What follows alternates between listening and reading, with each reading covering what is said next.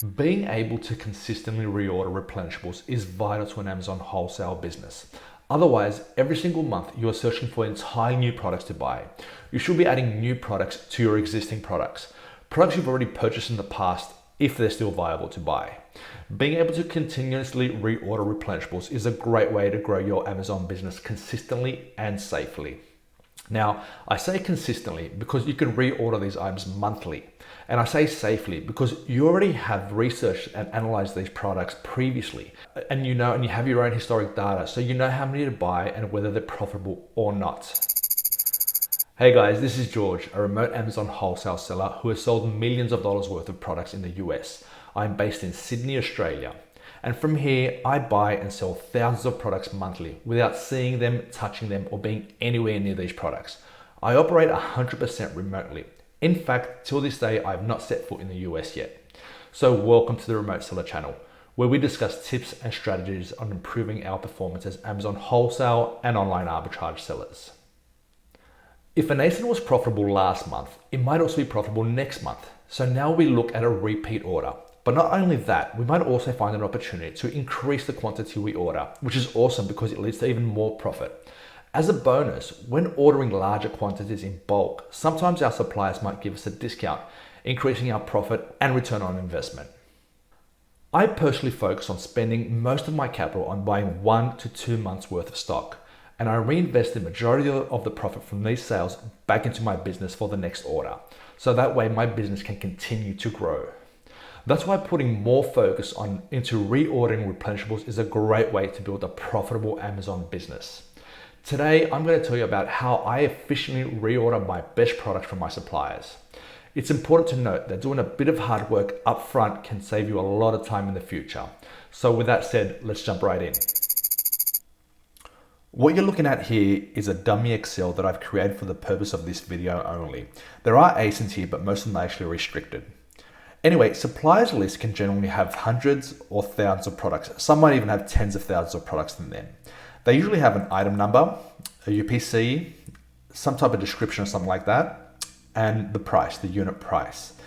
Some product lists get into greater detail. They might have, item dimensions, weights. They might include map pricing, images, and things like that. But the most important, of course, is the item number, the UPC, and the price. In your Excel that you receive from your supplier, you want to create 2 new sheets at the bottom of the screen over here. You want to name one Found ASINs and the next one Purchased ASINs. I'll tell you why you do this a bit later.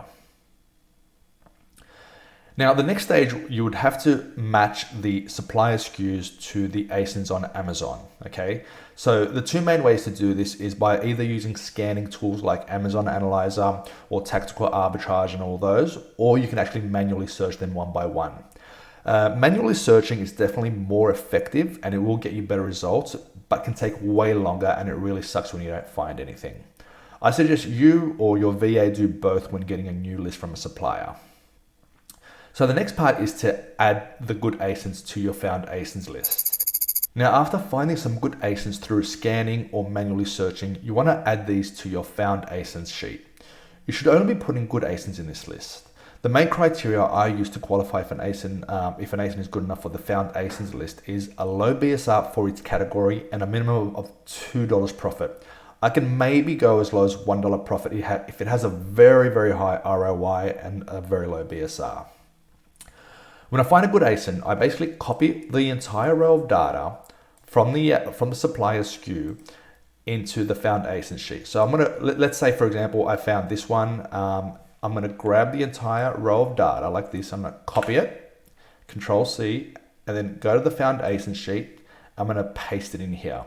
Okay, so I have the exact same data here as we had previously. Now, following that, I'm also going to include some other points of data. So I'm going to include the ASIN that I found for it in the next column. Now, after that, I'm also going to include the quantity. So if it's a 1-pack or if it's a single item, or if it's a 2-pack or if it's a 6-pack, I'm going to include that number here. So I write the amount of units that are in here. The next is the actual ASIN cost or the item cost. So basically, if it's a 2-pack, it's not going to cost this one here that says $37.10. If it's a 2-pack, it's not going to cost us $37.10. It's going to cost us $74.20. So basically, this field just multiplies the quantity by the unit price. And then after that, I'd like to have the BSR, the 180-day average BSR, just to have a general understanding of how fast or what type of volume this sells every month. Lastly, I like to have a comment section where I might include information like if this ASIN's a hazmat, if it's a meltable, maybe I might get a discount when buying a certain amount of units. You know, you might have discussed it with your supplier and he or she tells you, hey, we'll give you a 10% or a 20% discount if you buy more than 120 or 240 or something like that. So I like to include that information there as well. Now that you have amassed a large list of products and their ASINs in your found ASIN sheet, look at these ASINs carefully and determine using your personal criteria if you should be buying them or not. There is plenty of great software out there to help you with this. Keeper, ASINs, RevSeller, they're all good choices. After you have your found ASIN sheet within your supplier list and you've purchased certain ASINs from this supplier, you should be adding these ASINs to the purchase ASIN sheet we mentioned earlier. Everything you have purchased from this particular supplier should be added to this sheet. Now let's jump a few months forward. You've been working with the supplier for a few months, looking at their products regularly, scanning them or manually searching their list and buying new stuff.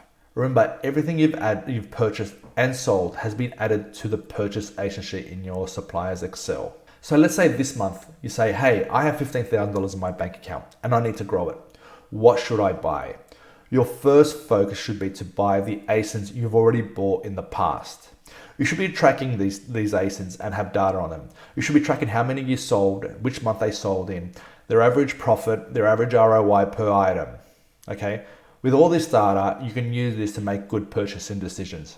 There might be an ASIN where you say, hey, I bought 60 of these 2 months ago. I made an average of $3.80 profit, 49% ROI, for example. It seems like they all sold out within 2 weeks. If I bought 60 and they sold out in 2 weeks, maybe next order I should buy 120 of them. They'll sell out in roughly a month. So go ahead and add 120 to your next order. Search from your purchase ASINs list very carefully for products to rebuy. You should do this for all the products you've bought in the past. Determine, are they still profitable? How much is the profit? What is the ROI on that? Has the competition increased or decreased?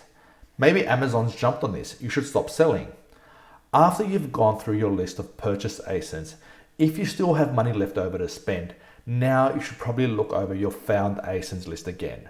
Scan your found ASINs again and see, is there anything else I can be adding to this next order?